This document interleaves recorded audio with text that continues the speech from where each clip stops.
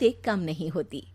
देखिए जी, सामने वाले वर्मा जी कैसी अच्छी तरह से सफाई करते हैं छुट्टी वाले दिन अपने घर की, और एक आप हैं। अरे यार, उनके पास कार है, ऑफिस पास में है और हफ्ते में 2 दिन की छुट्टी होती है, तो फर्क तो पड़ता है ना। मेरी तो शादी ही गलत हो गई। अरे कोई मस्त लड़का मिलता, कमाता भी, घुमाता भी, घर के कामों में भी मदद करता, लेकिन नहीं जी, हमारे वाले को तो कमाने से फुर्सत ही नहीं, और कमाई भी ऐसी कि कोई जरूरत पूरी ही नहीं हो रही है। सुनील बेचारा शीना को देखकर सोचता है कि शीना सही कह रही है।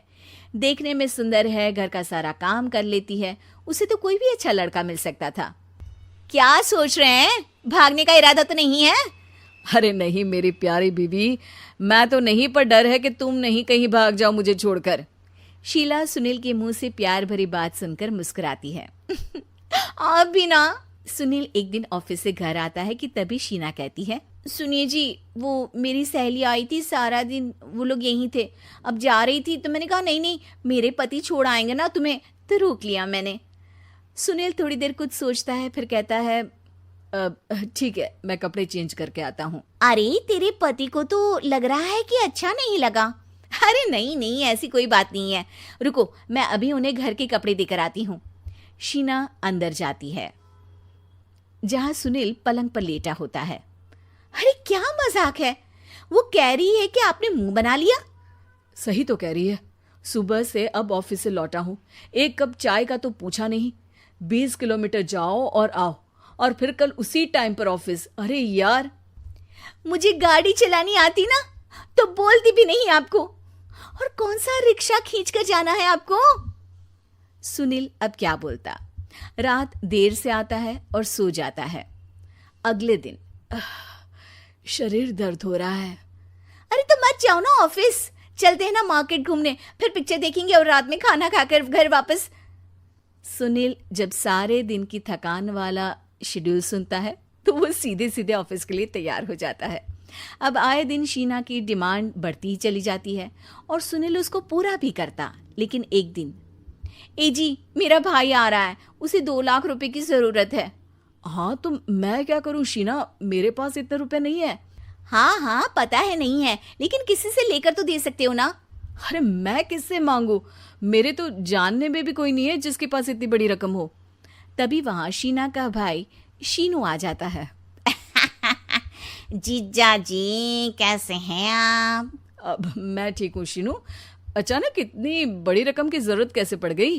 अरे जीजा जी, वो बिजनेस शुरू किया ना, तो उसके लिए पैसे की जरूरत है, काफी हो चुका है, थोड़ा पैसा बचता है तो मैंने सोचा आपसे ले लूं।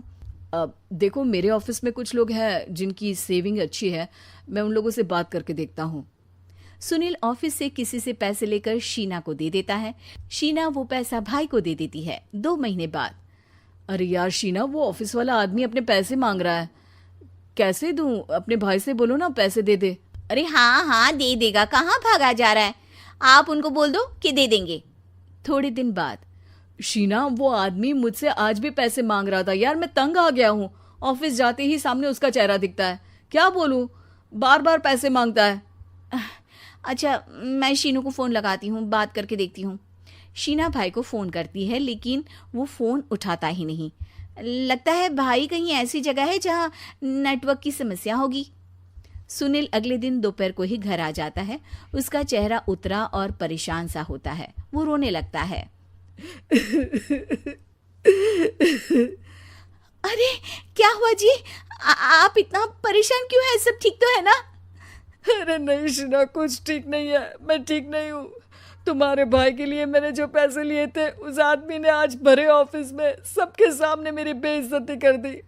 सबके सामने आज मैं कर्जदार बनकर खड़ा था। मैंने हर वो प्रयास किया घर चलाने के लिए जो मैं कर सकता था, लेकिन अब नहीं होगा। वो फिर रोने लगता है। अरे आप तो औरतों की तरह रो रहे हैं, मर्द हैं आप। क्यों, आदमी के सीने में दिल नहीं होता, या फिर वो इंसान नहीं मशीन होता है? अरे मैं थक चुका हूँ शीना, तुम समझती क्यों नहीं? मैं भी शारीरिक और मानसिक रूप से थकता हूँ, मैं भी आराम करना चाहता हूँ, सुकून चाहता हूँ। मैं अब कुछ नहीं कर सकता। कुछ नहीं। वो बैठ जाता है। शीना पति को हैरान परेशान देखकर चुप हो जाती है। अगले दिन, सुनिए, ये लीजिए 2 लाख रुपये, उस आदमी को दे दीजिए और बोल दीजिए कि आज के बाद किसी को पैसे के लिए बेइज्जत ना करे। सुनील पैसे देखकर राहत की सांस लेता है। अरे शीना, तुमने तो मेरा बहुत बड़ा काम कर दिया। अब मैं शान से ऑफिस जा सकता हूँ, लेकिन ये पैसे आए कहाँ से? ये पैसे मैंने अपने गहनों को गिरवी रख कर लिया है। तुम ठीक रहो, निश्चिंत रहो, मैं बस यही चाहती हूँ। मुझे माफ़ करना, पर अब मैं समझ चुकी हूँ कि मर्द को भी दर्द होता है।